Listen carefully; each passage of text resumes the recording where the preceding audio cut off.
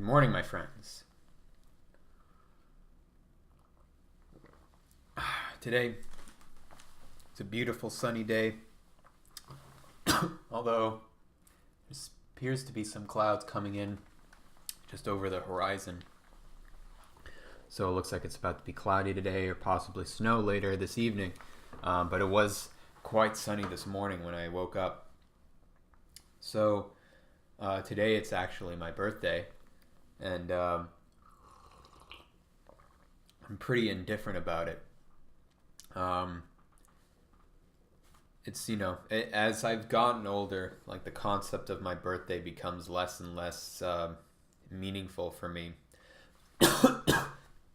Although it is nice to get attention from your friends and family, as I'm sure everyone sort of feels that way. I don't think there's anyone on earth who doesn't like attention, even if they try to avoid it and they think it's immoral. There's still an aspect of them that enjoys it or delights in the pleasure of receiving some kind of attention, especially on your birthday. It's definitely a concept that makes you feel sort of special, right? You sort of have your own special sort of day.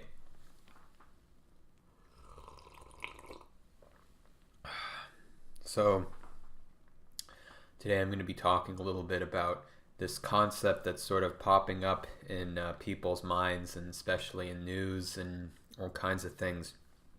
That's a concept of nationalism, right? We have this sort of negative view as to what nationalism is.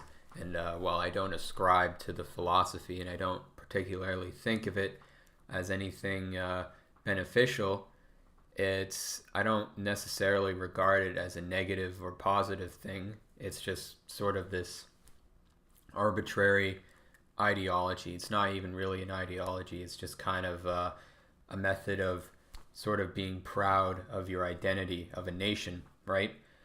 And I think it's important to understand the concept of what a nationality is, because I've sort of thought about it, and as I've researched more, I actually sort of realized it more when I read a book on the history of the Roman Empire. This is the concept of nationality that's way more in depth than just a country with borders, right? We look at Canada, for instance, as a nation. Canada is not really it's a country. I wouldn't really consider it that much of a nation. There is some aspects of Canada in which there is nationality, but to me, a nation in and of itself is sort of like a category. It's like a group of people, right? We see this as, in the basics terms, anyone who's Jewish and believes in, Israel and the community of the Jewish people. Jews are a nation in that regard. We are a nation of Jews. And I think there's this weird concept that we need to have a strict border or a strict location to define our nation, which I don't think is necessary. I don't think it's a representation of a nation, so to speak. And that's when I'm going back to the concept of the Roman Empire. Nations at that time didn't exist with strict borders. It was like, all right, you had your city, and the subsequent people that lived in that region and were adapted towards that culture were considered a nation. That was the nation. It wasn't defined by strict borders because you couldn't really map that out correctly at the time. They didn't have just the technology to really create strict borders and say this territory. It was very vague, very boiled down to just groups of people, and that was what a nation was. And we sort of, as we grown as a civilization, we sort of attributed nations to strict borders and countries, when it's really just the people that live there. That's the nation. The root of it is the people, not the country. It's the people, the culture that they follow. Their ethnicity might play a role in it, and those are very big factors in defining a nation. The country itself, the borders, the size of it is kind of irrelevant at that point. It doesn't really prove anything about a nation. You can have Germany, let's say they were very nationalist, so to speak, and they expanded Germany into Poland.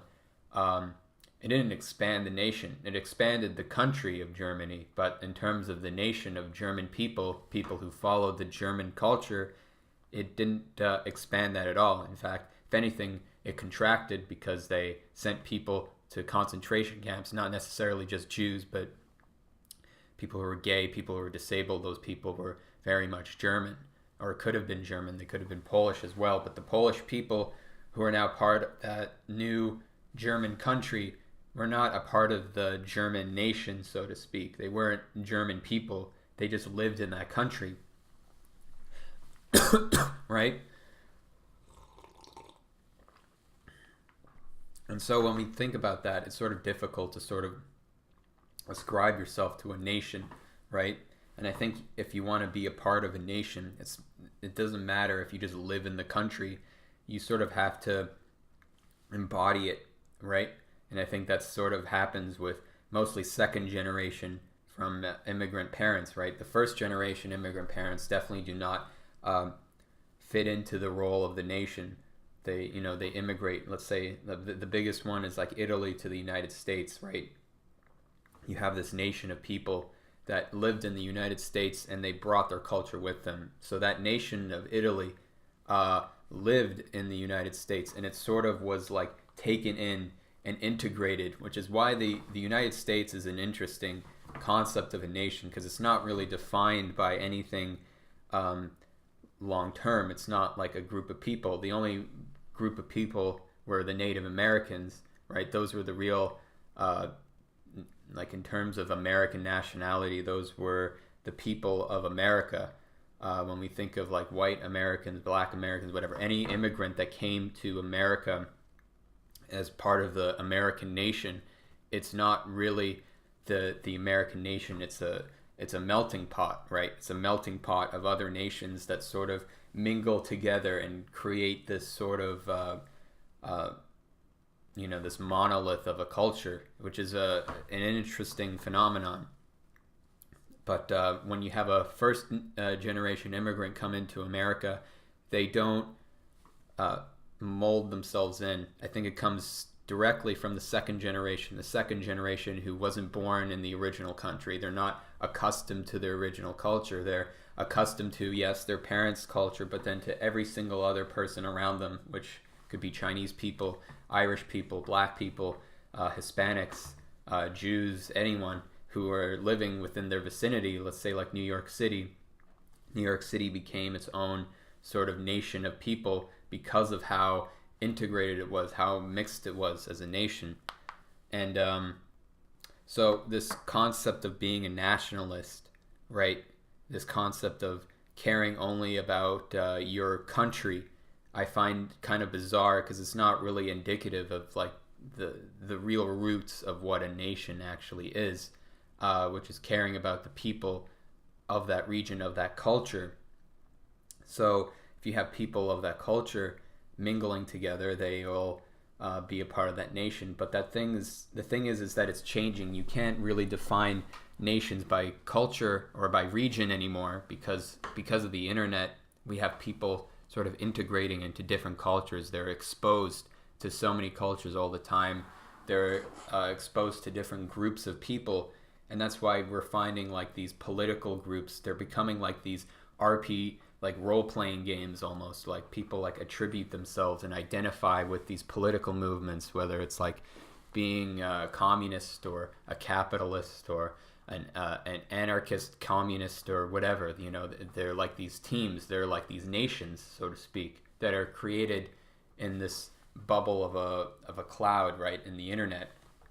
So this concept of nation is sort of separating from strict regions and strict countries now, because people are finding themselves attaching to nations that don't exist in the physical world, which is another strange thing that's only started happening in the last 10, 20 years. So overall, being a nationalist in this day and age is kind of it's not, I don't believe in ascribing value to the nation itself. I think that I learn a lot from, let's say I'm a Jewish person. As Jews, they sort of or we sort of like to think of ourselves as a group of people, as a community of Jews. And to me, I think that's limiting on my experience as a human in terms of learning and understanding the world. And I still attribute myself as part of this community, but I don't believe in just abiding by it fully, which is what a nationalist would do, and so to speak, like an extreme nationalist, so to speak. So that's my concept of understanding of what nationalism is.